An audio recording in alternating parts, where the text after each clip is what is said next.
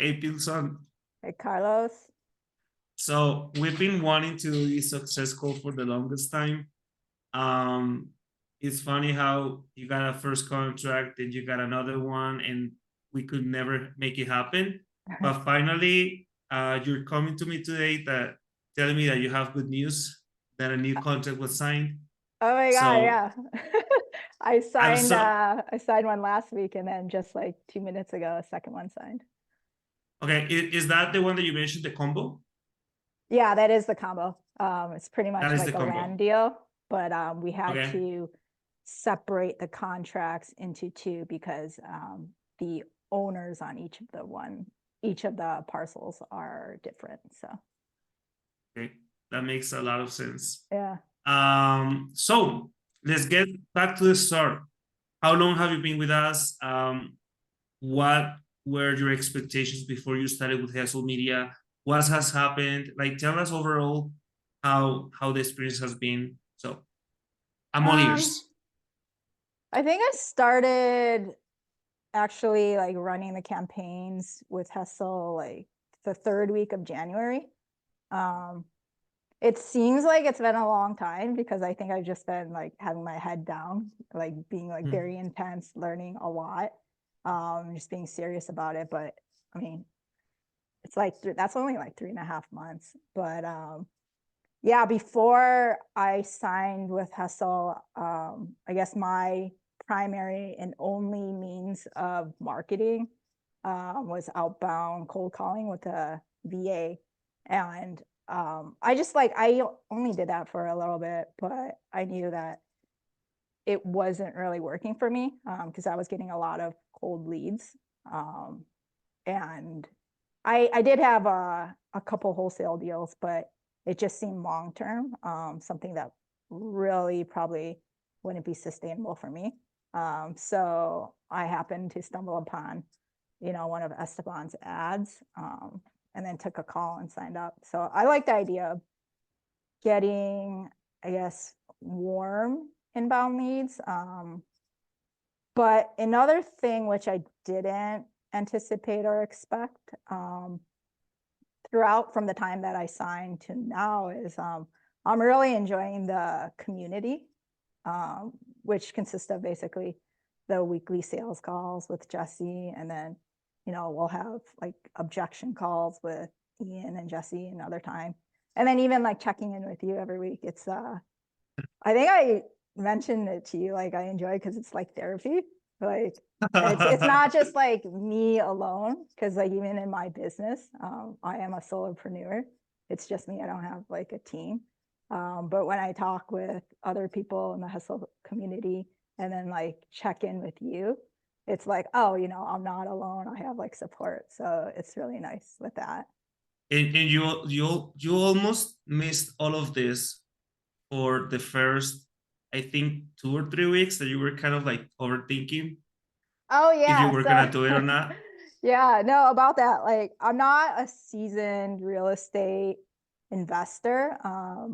Like I have an architecture background, and that's pretty much my primary job. I run my own like architecture firm. So this is just something I started maybe like 6 months ago. So I'm like fairly new into the game, and my only I guess exit strategy was like straight up wholesaling. And then when I spoke with you guys before like signing up, you did mention that having other tools in my box, such as novations and creative deals, would definitely help my success rate because not a cash offer isn't appropriate and the right solution for everyone. So, if that doesn't work, you can, go to plan B or go to plan C. But since those were like totally new for me, I didn't know what the heck that was. So, and then it is an investment to like sign up with Hessel and do the marketing. So I guess I just wanted to like cram and learn as much as I could before actually running the marketing so that I could kind of make it worth my time and money. So I think it was like in December, I actually signed up, but we didn't start running the campaign till January. But I spent so much time just like going through some of the online master classes and learning that. You know what? You struck me like a person that, I mean, almost from the very beginning and also right now, as someone who thinks about stuff for a moment, but then you're like, I need to take action. I need to do something about Yeah, this. that's I don't, exactly me. yeah. So, can you think of a time, I mean, some like breakthroughs that you had through the process in which you were able to use that capacity, that skill, uh, to remove, I'm gonna say, blocks in the road that you could have gotten? Um, I guess like, there was like a moment when I first started on the calls when the marketing campaign ran. I was still like probably rusty on the calls, and even now I'm not like, I have definitely room for improvement, but I think you described it this way. You're like, you can't treat every lead and seller like they're this precious egg.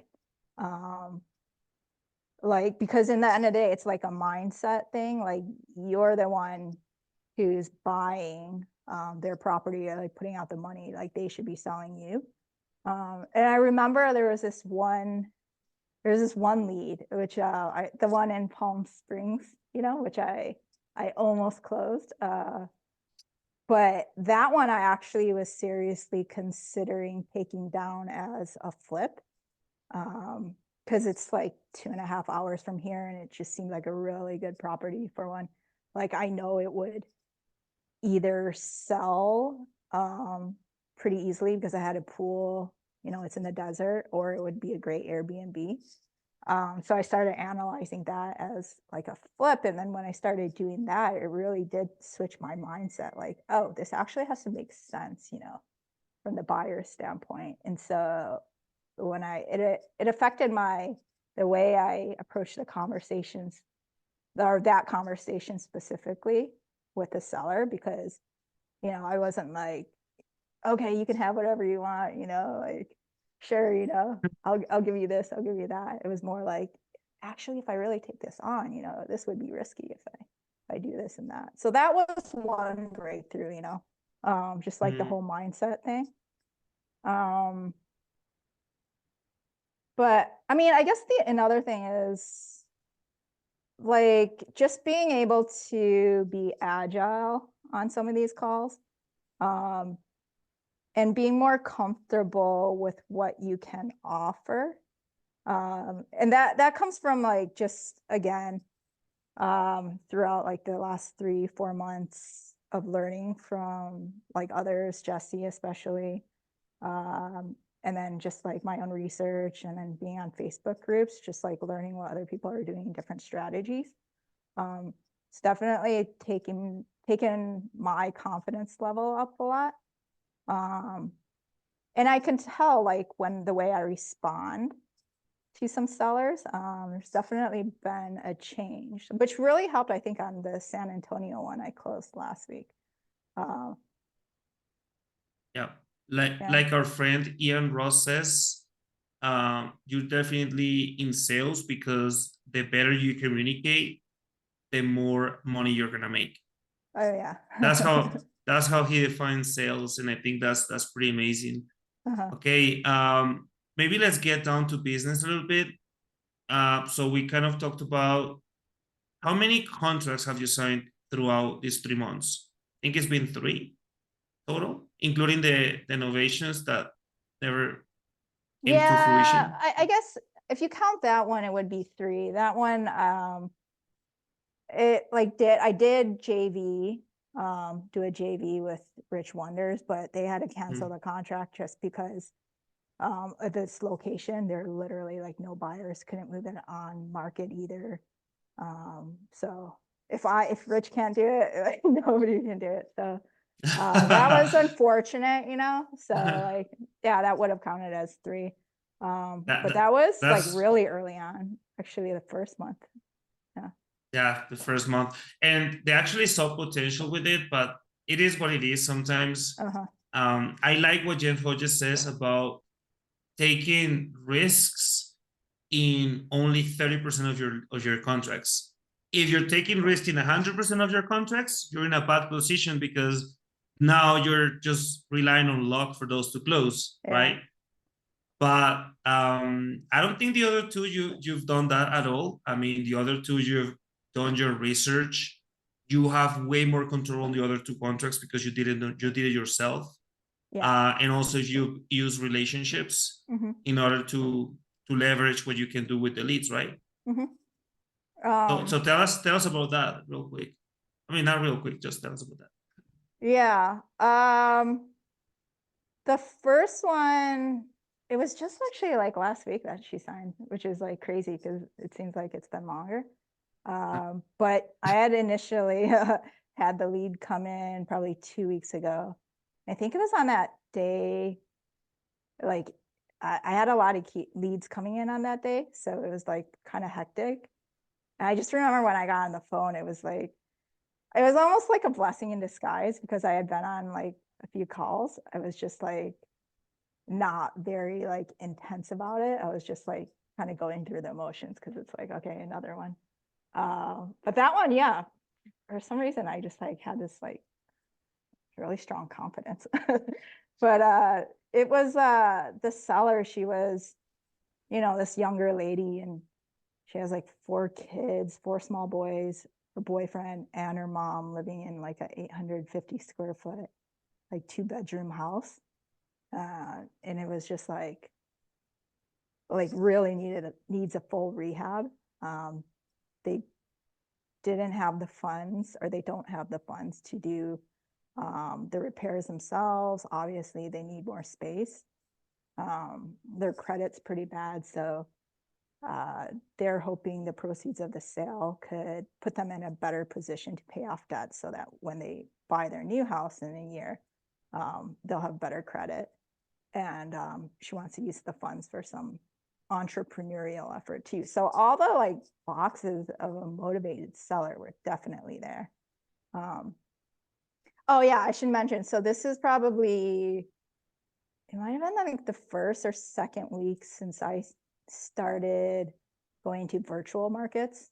Because before that, I was just doing like 3 counties around LA. And then Southern California is always so difficult. So I was getting leads, but there wasn't as much as I would have liked. So we decided to go virtual. But it was just really surprising because she was so approachable. And like literally the nicest seller ever. We had just like a great conversation.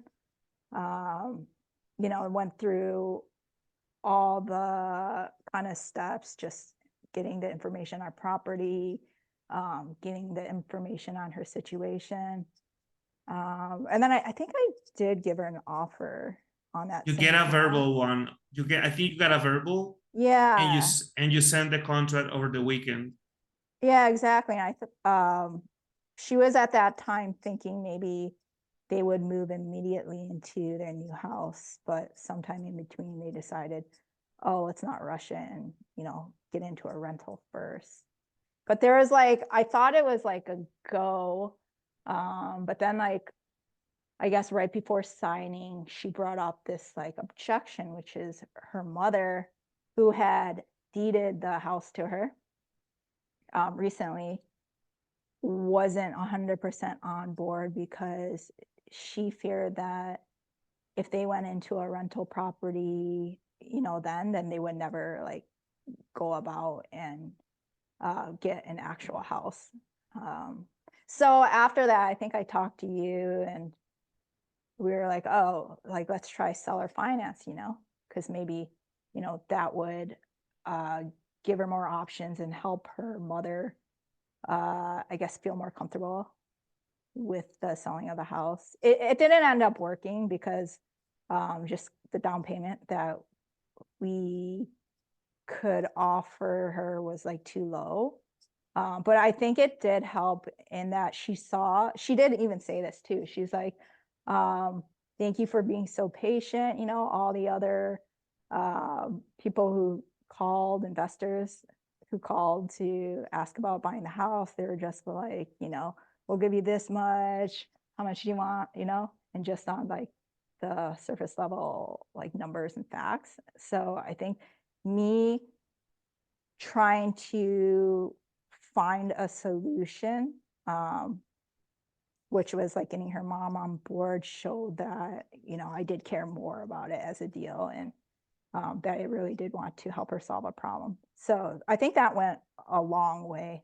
And the next day, her mom came on board. I don't know if it was because of that or they just had another discussion. So she signed after. So she came on board. Both of them came on board for a cash offer, right? For a cash deal. yeah, I mean, she was the seller was always on board. It was just her mother who had the reservation. The mother. Yeah. Yep.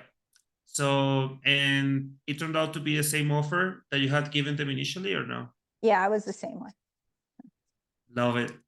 That's so amazing, because you bring me to this concept that I've been exploring a lot, on how to get inbound sellers to sell. And people and this is very surface level when you first hear it, but when you think about it, it makes a lot of sense. And it is that inbound sellers, you need to adjust to the way they sell. Not how you think they should sell, but how they really go about selling. So as long as you understand that that's the key, right? If you can try to keep the deal moving, eventually, if they don't sell to you immediately, you're gonna have built some trust that when they are ready to sell, they will go back to you. And if you think about it, if you have a chance to do that, I always recommend doing it, because if that's true for you, it also means it's true for other investors. So some of these fresh leads that you're getting, you are getting them at a point of disadvantage, because somebody else already did the pre-work. So unfortunately, sometimes with those type of leads, you're gonna be doing spending your time explaining things to them, getting them on board, and then they're gonna use what you say to go back to their initial person. You see what I'm saying? Yeah. So if that's gonna happen to you with other investors, why not doing it with the ones that you still have the chance of, in a sense, getting them loyal to you, right? Right. Yeah. No, So totally I don't know. It's a thing that is happening more and more, as the markets become, as the real estate industry gets more competitive, right? So there's still money to be made, but you have to have, in my experience, you have to have an inbound lead generation source, and you also have to have the strategy on how to make it work for you. It's not, Alex Hormozzi says, it's not whether whether it's gonna work, because if you eventually go to a whole world, you're gonna eventually buy a house, but it is about how well you can make it work. If that makes sense. That makes sense. Yeah. Oh, which reminds me, the other thing that the other real advantage of having, like, I guess, an agency who's doing marketing is like, that's just like one extra thing that I don't have to do, since again, I'm like working by myself. It's like, if I have to juggle that too, it would be a lot. So that's definitely been good. Juggle exactly what? Sorry? Like if I had to do my own marketing, like okay. handle that, manage that it just wouldn't be, it would be a lot more stressful. Yeah. It's an entirely different department, basically. Yeah, exactly. Yeah. And we don't leave you alone. Like, just get these contacts and see what you can do with those. No, right? Yeah. I've been, yeah, I only remember one time that you got frustrated. Yeah, no, I remember that exactly. I think I I didn't have any leads in like 6 days. But for some reason on this journey, like time seems to like in my mind, it's like stretched out. So like I didn't, and this was only when we were doing, I think, LA County. I didn't have a lead in 6 days. And I think my architecture projects were slow too. So I had too much time on my hands. So I was like, Carlos, what's going on? I don't have any leads in 6 days. But then I like, came to my senses. I was like, well, Pilsen, chill out. Do some meditation, take your dog for a walk. I ended up getting like leads the next day. But do you think it turned out to be true what I told you? Like if what you do when there is a scarcity of leads, gets you farther when you have abundance of leads? wait, having a scarcity gets you further? Yeah, I mean, no, I mean, it's almost as if you're tested sometimes through scarcity, right? And then if you treat those leads as if they were your last few leads, and you're like, do your job, getting them on the phone, doing what you're supposed to, and then if you do that when there's not many leads, what happens when you get more leads is you're more, okay, now I see what a good day or what a good week looks like, so I'm just gonna take care of it. Oh See what yeah, I'm saying? no, definitely. I was just like, I was on every single lead that would come through when I just had LA County. I was like following up like a beast, like like 2 calls, leaving voicemail on the 3rd, texting, like maybe a little too excessive. I was like doing my own like skip tracing and due diligence on like people who left or like misinput their numbers, getting all their like background info.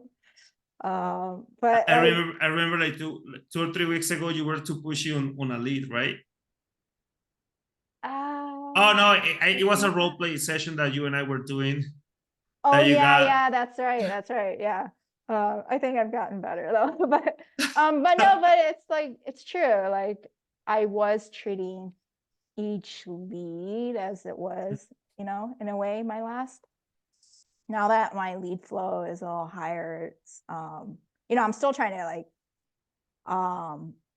give like a big 100% for each one, but I, obviously you can't to the degree because there's only so much time you have, but you're right, it did like instill, I guess, in my mind, just like keep following up, just go through the steps. Yeah, it's funny how people don't understand a couple of things, just to kind of like conclude on those things that we're talking. First, it's funny how people don't understand that typically 80%, I mean, in the initial calls, you're going to initiate around 20% of the sales calls, just 20. It's still good, right? And if you're a freaking good closer, you're going to close those 20% of sales conversations, right? But 80% of the sales calls are typically initiated in the 6th attempt and on. Interesting. It's super interesting. And sometimes people say like, hey, but why do I call if they don't reply? But that is a perception because the response rate never goes to 0. It never. It gets lower. Yeah, the initial calls have a higher response rate, but from the 6th attempt and 7th attempt, 8th attempt, 9th attempt, 10th attempt, 11th attempt is 5%. So it's not 0. And it doesn't even, I mean, it's not like the 10th attempt is lower than the 6th attempt. No, it remains constant. Yeah. So that's one important thing to really understand, because I think this is Eric Klein who says this, majority of the deals are not lost at the finish line, but they're lost during the first few minutes of the call or trying to get them on the phone. Yeah, I could see that. Yeah. Super interesting. Right. So I guess that's the secret. Getting the leads. In this case, you're getting a higher volume because you went virtual. You're doing the follow-ups, you're trying to still catch up with all of the increased volume, right? So I guess the main objective needs to be creating opportunities, right? You're not gonna buy a house from every single lead that you get, but the more you follow a sales process, I even call it an inbound sales process, because it's different from traditional sales processes. Is inbound. It's not about intensity. It's not about being pushy. It's about some things that you mentioned throughout this call. It's about having a process. It's about being consistent. It's about opening up to the seller on how they are thinking about selling the house, so you can offer more options, so they can trust you more and let you know more on where they're coming from, right? Actually, about that deal that we're talking about, I remember once that when you started the potential seller finance deal, that she opened up to you more, right? Oh, she did, Can you, yeah. can you tell me more about that? We had good rapport in the first call, and we're like texting back and forth after. And I mean, I guess I just took the surface level pain. Like, you have a really rundown house, and you need to move out to something bigger. So I'm like, that's your pain, obvious. But yeah, when I got on the call with her, it was when she brought up her mother's objection. And then I gave her a call back. I'm like, I want to help, I want to understand better what it is that's, I guess, creating hesitation in your mother's mind. Is it like sort of this fear of abandonment that, you're not going to take care of your mom moving forward when you guys move into a new house? Because she did mention, because she mentioned like she has two younger brother, or no, two older brothers, and I guess they didn't really, in the past, they haven't treated their mother with such respect. And then the mother was like, well, this is like kind of my house that I deeded to you, so in a way that the daughter owes her. So she was like, but if we go into a new place, what if you just like kind of throw me on the wayside? So there was that. She opened up about her mother's fear of abandonment, in addition to the whole like getting into a rental situation. I mean, so that was a big thing too, because I really did want to understand, like, isolate and identify the problem, and then like find a solution. So she opened up about that, but like more so just like she was telling me about all the hardships she's experienced in the last few years, like during COVID, like she was living in an apartment, before she moved back home. And I guess there was a mold issue. And she developed an autoimmune disease due to that. She didn't get anything from, I guess, the management company because she couldn't prove it. She had another baby during COVID who ended up developing asthma. And for her, like, this was I guess her health situation was a big deal because she said she used to be a personal trainer. That was like her job and probably her passion before, but because of the autoimmune disease, like she totally had to give that up, which is probably like, feels so defeating. So she had that, and then, they decided to move home, and in a way, it's almost like, it's a good neighborhood, but she's like, I grew up here and I kind of want a change, like a fresh start. So yeah, she definitely opened up a lot on that last call, like more, I didn't even like expect it. But really like made me want to like even more like make this work for her. It's like, this lady, like, she's been through all this. Let's, like, give her something she can be hopeful about. Awesome. And you told me there is some traction happening already with that contract, right? Yeah, so I signed last Monday, open title with the title company. Since I'm virtual, I just I guess that's something new too. I've been having to find boots on the ground. So TaskRabbit has been great actually. Just go on there. I got somebody to take photos of the place and do a video walkthrough last week. And then I don't have any cash buyers in these markets because I'm like new. But I just went through the obvious, I guess, channels, been posting on Facebook groups, skip tracing cash buyers from PropStream. And then, so I have a walkthrough set up for tomorrow afternoon, San Antonio time. I have a couple buyers coming through. I just had somebody text me another one asking about it too. So hopefully there'll be more. But yeah, so I'm looking to close that soon because then I can just like, know that that's taken care of and then focus on the new ones. That's something I want to congratulate you on, because not only did you decide to go virtual when it makes sense to you, because I know eventually you want to have more leads in California so you can become a flipper, right? But you're first starting up your wholesale business. So I want to congratulate you also, because when doing virtual, there is a lot of like challenges that you need to overcome, such as like, am I pricing this house right? And you seem to have done it well enough as you start to get some traction. So, and you're working on the logistics. You're like always resourceful, trying to get someone in the area that knows about it so you can work with them. So that is amazing. It looks like you don't know how to do the logistics, but you find a way.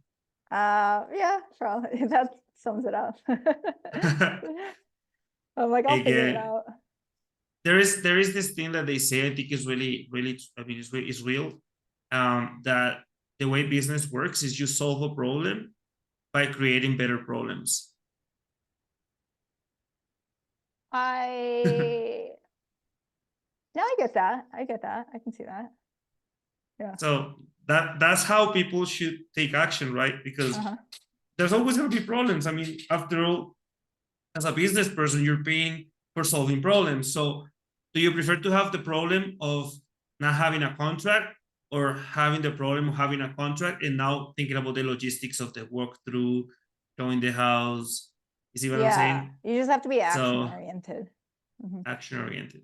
Yeah, totally. That's amazing. And now let's talk real quick about the new contract that you got today. You got with the good news. It's only been a week. Tell me about that one. This is a new lead, right? One of the newest leads, right? This lead didn't come in. It came in just a little bit after the one that I closed last week. I think maybe it just like took longer because she was out of town. It was different though. It's like in a place that's 45 minutes outside of San Antonio. It's like called Canyon Lake. So a lot of people have like vacation places there, but it ended up being a mobile home on like quarter of an acre, and then there's a vacant additional quarter of an acre next to it. So like when I did see that it was a mobile home, I was like a bit disappointed, because I'm like, oh, what can I do with that? But I was talking to her and just like, again, gathering the info.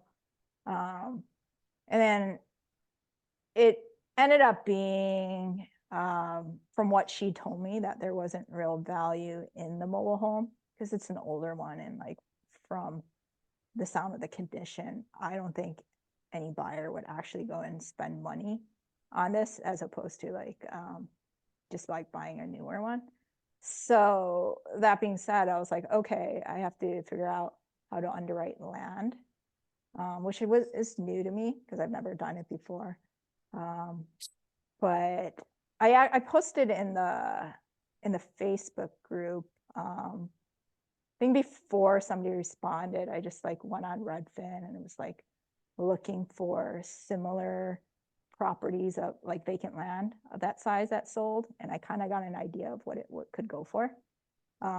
So that was like one method. I looked at what the land was appraised at, and then I scoured some of the Facebook groups, and people were like, find a new construction home and then work backwards and see what the developer paid for the land. So, you know, I use all those methods.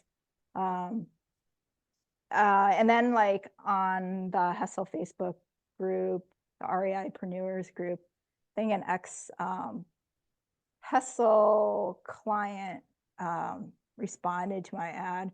He actually lives in San Antonio and he works for a big land buyer now, but he said he could help me out. So we got on the phone.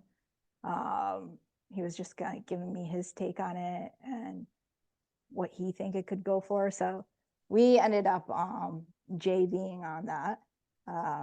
And it was like, actually, I'm not sure if it would have been so successful without, just because, you know, new market, I don't really have contacts with land buyers, but he brings a lot because he's local. So him and his wife actually drove out yesterday to meet the seller in person, you know, and actually like show her that they're real people. He took pictures of the place, and then his wife is actually going to list the land for us. So, but yeah, it seems like if all goes well, even with the JV split, it should be a pretty good deal. So yeah, literally like her husband like just signed right before we got on the call. Nice. Yeah. That's amazing. So tell us about the numbers real quick about those two deals. So I think the first one, it's on the smaller side, like 10K assignment, I'm estimating. And then the second one, we locked it up for 65 with the seller. We're going to list it on the market and at like just under 100. So should probably get maybe like 25, 26 total, and then we'll split that. Nice. It could have been all yours, but yeah, in this journey, it is better to JV, learn some stuff, and keep going, right? Right. Yeah. What are you looking at in terms of the future? Like, what do you see yourself based on what you've seen so far in the near future doing, like accomplishing with the help of Hesel Media, with the motivated sellers? How do you see yourself? Well, now with, you know, these two deals like signed, I like feel like I'm now gaining traction. So, you know, I'm hoping it's going to do that exponential growth. But I'm like really excited just to like start closing more deals. Again, using a lot of the other like kind of tools, like techniques that I have. And, you know, if it doesn't work out, then just continually like practicing my sales strategy and, you know, going through the process. That book that you recommended to me last week, the No book, it's a lot of similar things that you've mentioned too about like, don't focus on the end result when you go into a call, because that's like something you can't control. Only focus on what you can control, and just like try to go in with a blank slate. So The start with no book. Yeah, exactly. Yeah, I just think that book has been around for the longest time, even prior to Never Split the Difference from Chris Voss. And it's funny that I from time to time I check Never Split the Difference to try to apply something that I mean that book is difficult to execute in my opinion. Yeah. But I was reading again, and he mentioned Jim Kemp, I think it's called his name. Oh yeah, Jim Kemp. Start with no, and I was like, dude, I would have known like 10 years ago when I first read Never Split the Difference. I could have read that book back then, because in a sense that book gives all the foundation to Never Split the Difference. Like it's very mindset oriented, I think. Yeah, it definitely is. I haven't finished it, but there's a lot of good nuggets in that. But awesome. Yeah, so just like keep going through the steps, and then you know, like going through the reps enough where like I can like confidently maneuver around these calls. Like eventually I want to get into more like you know, real investing, like the flipping and like the buy and holds. But like for now, you know, like I'm good with like the wholesaling.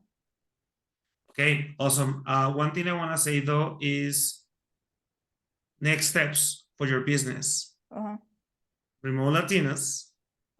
Yeah. Getting a VA through Remote Latinas because the idea is that you get busy doing deals, making things happen, Right. and that the more you accumulate leads in your pipeline, you're gonna need somebody to go and be a follow-up specialist for you. So I recommend not dropping the acquisition hat for now, because you need to really master that in order to put someone in that seat, right? To just to maximize results. I mean, there have been occasions in which they get the perfect acquisitions guy and they rush it, but that's not always the case. So remove yourself when you can lead somebody into success with that role, right? And who cares? I mean, doesn't matter that you stay in the acquisitions role for longer because you really like it. You really seem to enjoy it. But you can use the help of a follow-up specialist. And in Remote Latinos, we're really good at that, getting you the perfect fit for your values. Someone with enough experience working with people, giving them enough of a good customer experience, at least for the initial contact, and then they can pass on the call to you, if that makes sense. Yeah, definitely. Awesome. So wishing you a lot of success. From our end, we're gonna keep sending you leads, motivated sellers. So just get on point, get on top of this guy super fast. And I guess the last question for you is this. What would you say to someone who is on the fence of making a decision whether to join Hesel Media or not?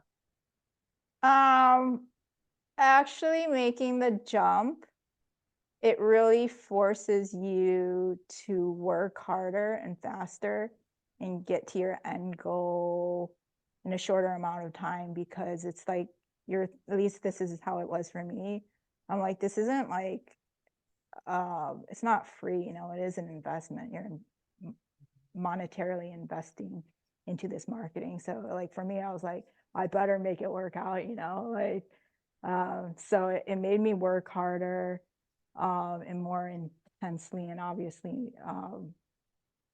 I'm, you know, a better salesperson. I'm getting to my goals faster. So, like I was saying, this whole like time, because in the last 3.5 months, my sense of time has been warped because I think I've just been like focusing so much. It seems like time has kind of been longer than it really is, you know. So you reminded me of something that Esteban says, that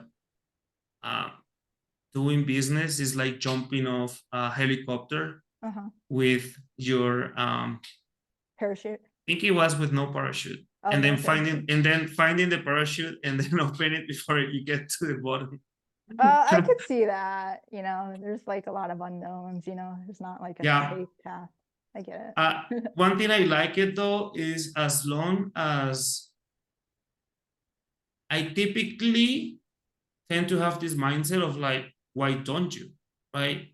Yeah. I mean, I'm a outside of the box thinker in the fact that, let me give you an example. Hey, this season there's gonna be fewer leads because there is I don't know, Thanksgiving coming. Oh, that's perfect. Double the ad spend. So in a time where people would be like, oh no, I'm just gonna reduce my ad spend, I wanna hedge my, no, dude, double it, right? If there is gonna be fewer responses, the ones that do response, let me tell you something. If they're in the middle of Thanksgiving dinner and they're responding to an ad, don't you think they're gonna be more motivated than one that is that one that responds on a normal day? Of course, like he's having Thanksgiving dinner, right? So if it's gonna be more expensive to get to those people, I'm gonna pay double to get to more of those, even if it's not double the leads, right? Even if I maintain the number of leads that I typically get. So what I mean by that is, as long as your decision is backed up by common sense or by a certain logic, it makes sense to do it. Because what you're doing when you're doing that is you're hedging the downside. Mhm. right? So you're jumping off that helicopter, but you have a strategy to, I don't know, steal the the parachute from your partner or something. No, just kidding, just kidding. But I don't know, you have a magic trick that can get you the parachute and you're gonna open it, right? Yeah. So I mean, there is a lot that you can accomplish by having that mindset that you have, but also making the right decisions at the right time. Because I think it was Mark Zuckerberg that says that in times of uncertainty, the biggest risk is not making a decision. Yeah, yeah, I've heard that Something before. like that. Yeah. So anyway, congratulations again. Thank you. Looking forward to a lot of more contracts, closed deals. I'm pretty sure we're gonna do a success call again in which we can tell everyone the next step. Oh yeah, right? looking forward to it. So let's crush it. Thank you so much, Pilson. Thanks, Carlos.